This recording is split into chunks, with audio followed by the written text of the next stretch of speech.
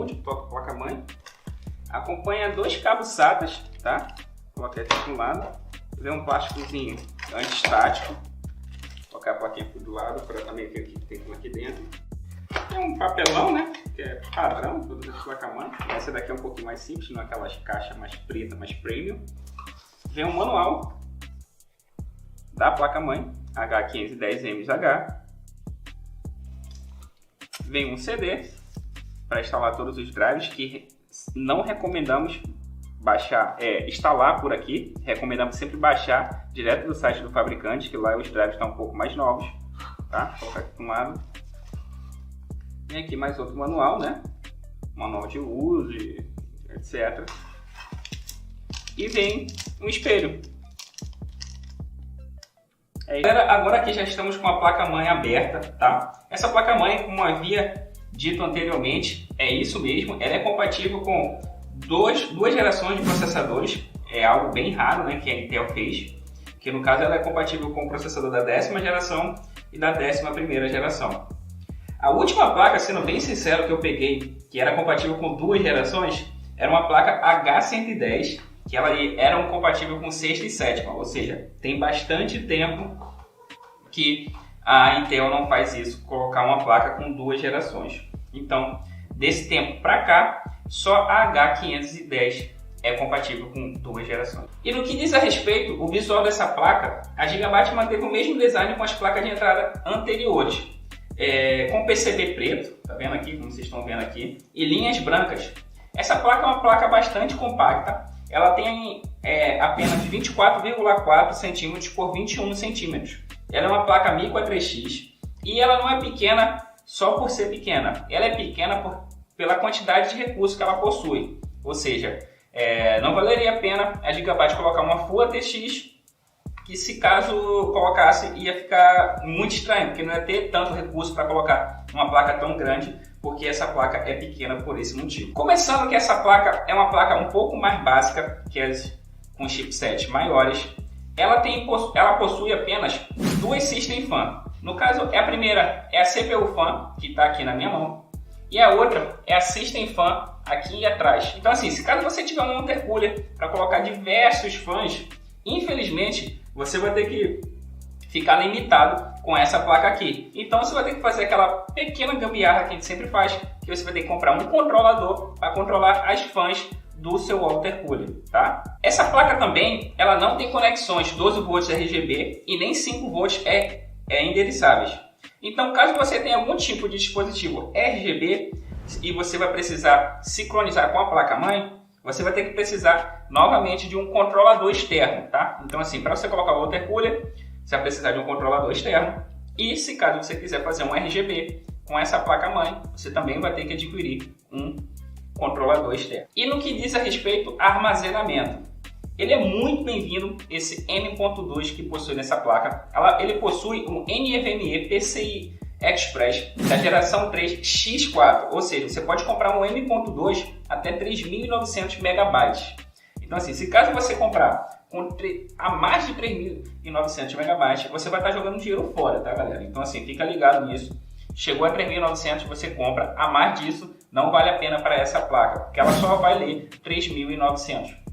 Essa placa também, ela possui 4 conexões de SATA, então só ficam aqui perto da memória, tá? Essa placa também, ela não tem conexões 12 volts RGB e nem 5 volts endereçáveis.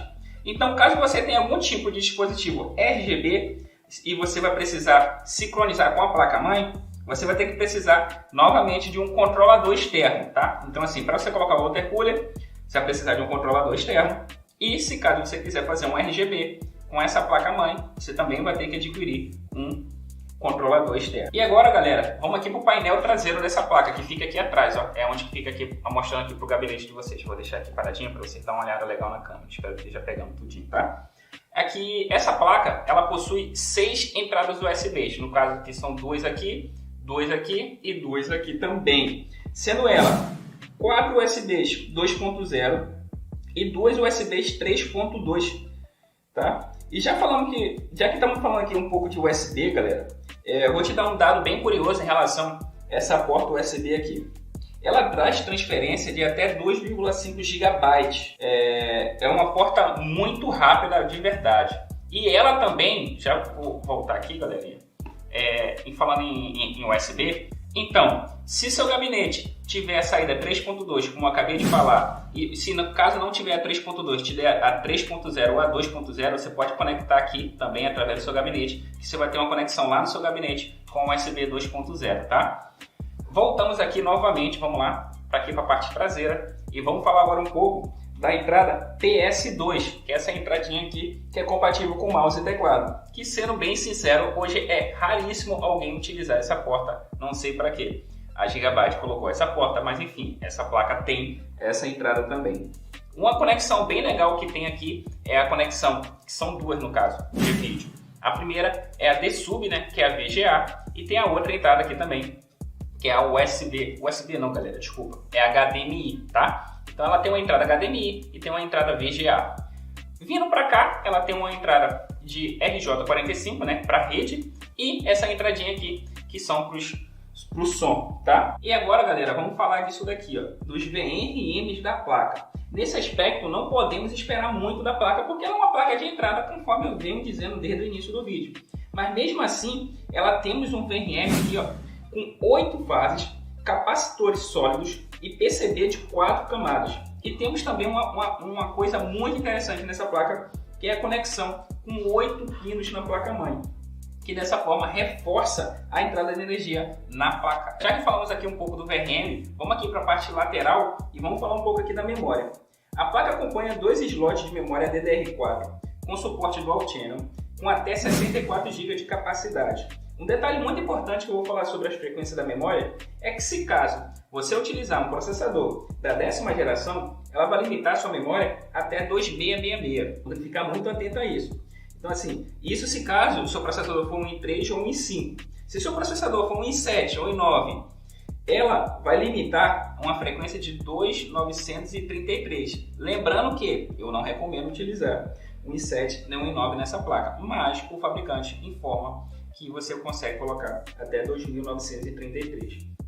Agora, se caso você colocar um processador da 11ª geração, você vai poder utilizar a memória com frequência até 3.200 MHz.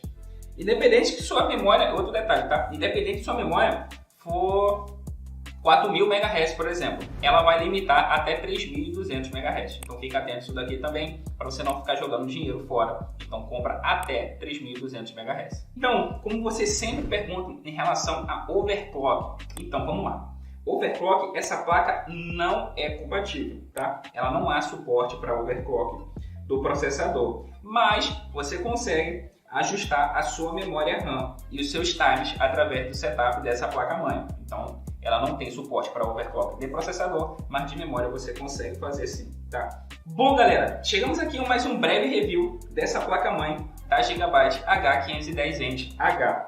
Ficou bem claro nesse review que essa placa é voltada para o uso básico. Ela é um chipset mais simples, tá, galera? Mas é excelente também.